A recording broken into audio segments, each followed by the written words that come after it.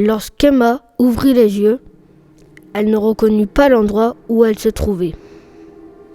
Un vent froid et poussiéreux lui glaçait le sang.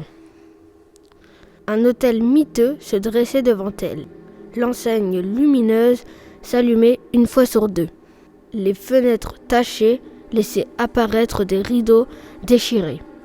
Autour d'elle, mis à part un jardin de sable, le néant régnait en maître. Pour trouver de l'aide, elle n'avait pas d'autre choix que de rentrer dans l'hôtel. Soudainement, la porte se verrouilla. Elle était prisonnière de cet endroit maudit. Un homme à la peau vieillie ou brûlée se retourna. Son œil était seulement retenu par son nerf optique et pendait le long de sa joue. La moitié de ses dents était arrachée et ses ongles ensanglantés. Un jeune garçon lui vint en aide. Elle courut vers l'ascenseur.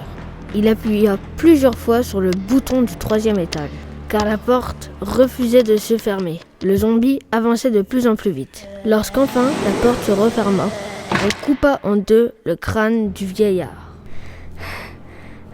Merci, tu m'as sauvé la vie.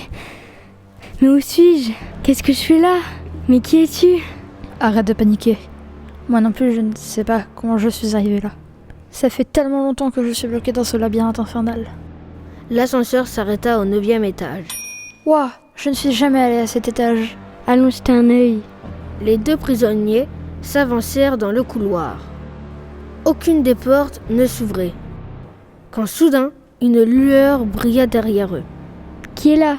Il y a quelqu'un? Si c'est une blague, ce n'est pas marrant. La lueur était en fait un spectre démoniaque qui se jeta sur eux.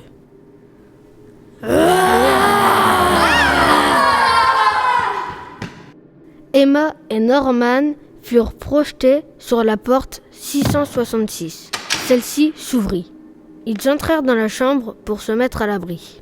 Ouf! Derrière eux, ils entendirent une respiration, une sorte de ronflement. Emma n'en croyait pas ses yeux. Elle se vit en train de dormir, allongée sur le lit. Norman, quant à lui, était attiré par le piano à l'autre bout de la pièce. Il se mit à en jouer.